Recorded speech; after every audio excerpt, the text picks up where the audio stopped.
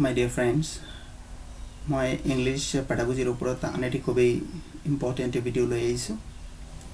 এই ভিডিওটো বিশেষকৈ যিসকল কেণ্ডিডেটে আপকামিং আসাম টেটত বহিব বিচাৰিছে তেওঁলোকৰ বাবে খুবেই গুৰুত্বপূৰ্ণ হ'ব। আপোনালোকে জানে যে মই ইংলিছ গ্ৰামাৰ, ইংলিছ পেডাগজি আৰু চাইল্ড ডেভেলপমেণ্ট এণ্ড পেডাগজিৰ আটাইকেইটা টপিক তিনিখন পেপাৰৰ দুখন পেপাৰৰ আটাইকেইটা টপিক অলৰেডি কমপ্লিট কৰিলোঁ। যদি কোনোবাই এই ভিডিওৰ চোৱা নাই, এই ভিডিওৰ ডেছক্ৰিপশ্যনত লিংক পাব, নাইবা ইউটিউবত গৈ ৰয় ইংলিছ লাৰ্নিং একাডেমি চাৰ্চ কৰি ভিডিওবোৰ চাই ল'ব আৰু কাইণ্ডলি মোৰ চেনেলটো ছাবস্ক্ৰাইব কৰি বেল আইকনটো প্ৰেছ কৰি ৰাখিব। তো বলা আমি পলম নকৰি আৰম্ভ কৰোঁ আজিৰ ভিডিওটো। আজিৰ ভিডিওটোত মই আলোচনা কৰিবলৈ ল'ম language difficulties, attitude towards error and mistakes of second language learning. ইয়াৰ এই টপিকটোৰ ওপৰত অলৰেডি মই আগতে ভিডিও প্ৰস্তুত কৰিছোঁ, যদি কোনোবাই চোৱা নাই চাই ল'ব। আৰু আজি মই কেইবাটাও খুবেই গুৰুত্বপূৰ্ণ MCQ আলোচনা কৰিম এই টপিকৰ লগত ৰিলেটেড। তো ফাৰ্ষ্ট MCQ লৈ গৈছোঁ। ফাৰ্ষ্ট MCQ দিয়া আছে finger painting is a problem that occurs due to. আমি সাধাৰণতে ল'ৰা ছোৱালীক ফিংগাৰ পইণ্টিং কৰি পঢ়িব দিওঁ, মানে আঙুলি ব্যৱহাৰ কৰি পঢ়িব দিওঁ। এইটো একচুৱেলি মানে সঠিক পদ্ধতি নহয় পঢ়াৰ। তো এইটো শিশুৰ এটা কি ডিজঅৰ্ডাৰ বুলি কোৱা হয়, প্ৰব্লেম বুলি কোৱা হয়। তো এই প্ৰব্লেমটো কিহৰ লগত জড়িত বা এই প্ৰব্লেমটো কি বুলি কোৱা হয়? অপশ্যন এ দিয়া আছে difficulties in learning, option B দিয়া আছে faulty reading habits, option C দিয়া আছে difficulties in vision, option D দিয়া আছে ডিছলেক্সিয়া। তো ইয়াৰ সঠিক অপশ্যনটো কোনটো হ'ব? অপশ্যন বি, মানে ফল্টি ৰিডিং হেবিটছ, আঙুলি ব্যৱহাৰ কৰি পঢ়াৰ যিটো অভ্যাস, ইয়াক কি বুলি কোৱা হয়? ফল্টি ৰিডিং হেবিটছ বুলি কোৱা হয়। নেক্সট আহিছোঁ 2 number, challenges like homophones, phrasal verbs, etc. faced by English learners are categorized as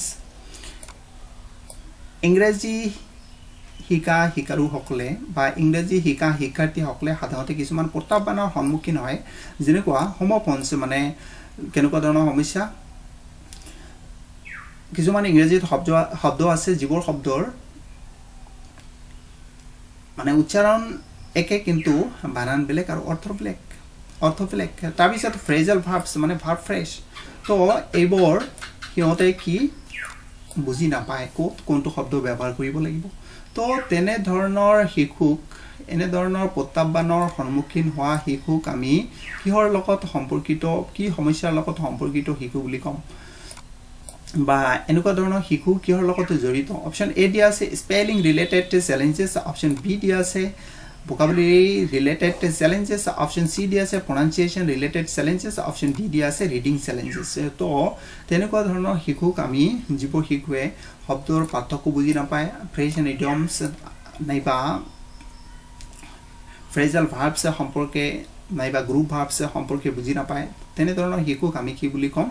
ভোকাবুলাৰি related challenges বুলি ক'ম। মানে ভোকাবুলাৰি মানে শব্দ ভাণ্ডাৰ, যি শিশুৰ শব্দ ভাণ্ডাৰ মানে ৱাৰ্ড ষ্টক বেছি থাকিব, সি ইংৰাজী শব্দৰ পাৰ্থক্য অতি সহজে বুজিব পাব। তো ইয়াৰ সঠিক অপশ্যন হ'ব অপশ্যন বি। নেক্সট আহিছোঁ 3 নম্বৰ লৈ। 3 নম্বৰত দিয়া আছে এলেক্সিয়া is a dash A problem. এলেক্সিয়া এটি শিশুৰ সমস্যা হয় বা ডিজঅৰ্ডাৰ হয়। এইটো কেনেকুৱা ধৰণৰ সমস্যা? অপশ্যন এ আছে নিউৰলজিকেল, অপশ্যন বি আছে সাইকোলজিকেল, অপশ্যন চি আছে ফবিক, অপশ্যন ডি আছে ভিজুৱেল। তো মনত ৰাখিব এলেক্সিয়াটো হ'ল শিশুৰ নিউৰলজিকেল প্ৰব্লেম, মানে নাৰ্ভৰ সমস্যা। নেক্সট 4 নম্বৰলৈ আহিছোঁ। 4 নম্বৰত দিয়া আছে delinquents and drug addicts are a type of dash exceptional children. Delinquents মানে অৱহেলা কৰা কিছুমান শিশু আছে, মাক দেউতাকৰ কথা অৱহেলা কৰে, শিক্ষক শিক্ষয়িত্ৰীৰ কথা অৱহেলা কৰে আৰু নিশাত বা ৰাগিয়াল বস্তুত আসক্ত হয়। তেনেকুৱা ধৰণৰ শিশুক আমি কেনেকুৱা এক্সেপশ্যনেল শিশু বুলি ক'ম? অপশ্যন এ দিয়া আছে মেণ্টেলি এক্সেপশ্যনেল, অপশ্যন বি দিয়া আছে ফিজিকেলি, অপশ্যন চি দিয়া আছে ছ'চিয়েলি, অপশ্যন ডি দিয়া আছে ইম'চনেলি। তো ইয়াৰ সঠিক অপশ্যন কোনটো হ'ব? ছ'চিয়েলি এক্সেপশ্যনেল, মানে তেওঁ কি মানে সমাজত অন্য শিশুতকৈ কি বেলেগ ধৰণৰ। নেক্সট আহিছোঁ 5 নম্বৰলৈ। 5 নম্বৰত দিয়া আছে students always find it difficult to listen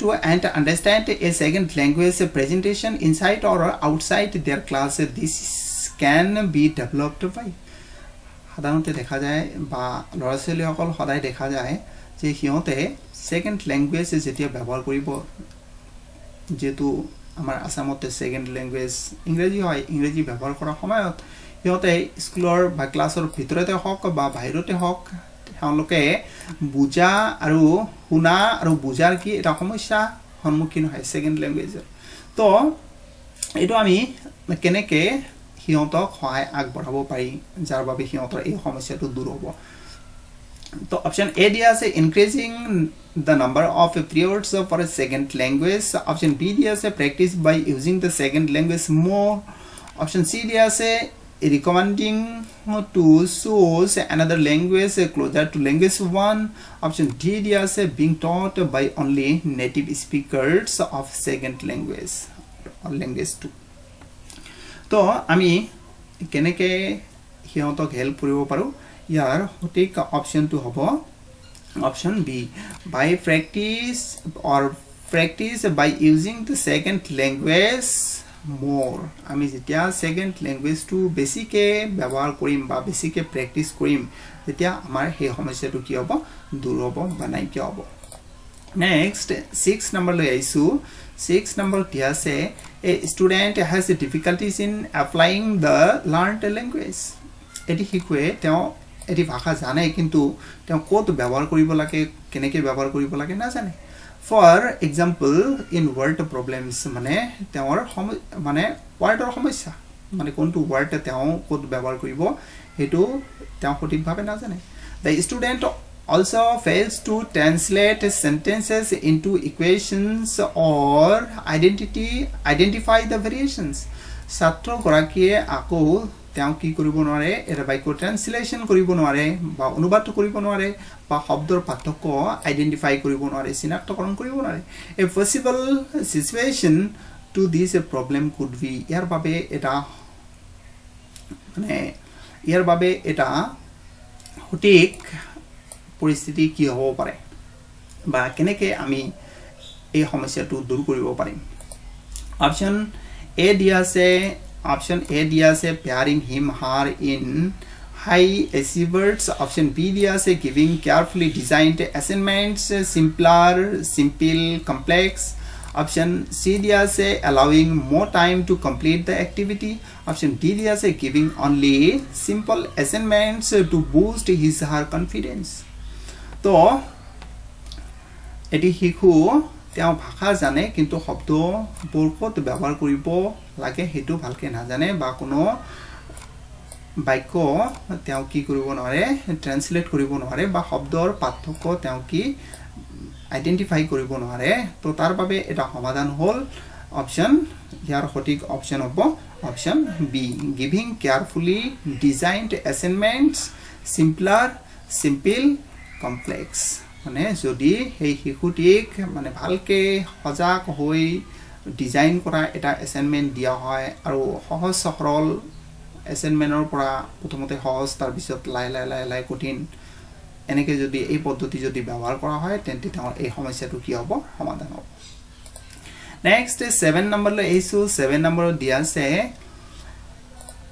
A student of a class 5 finds it difficult to read his textbook lesson.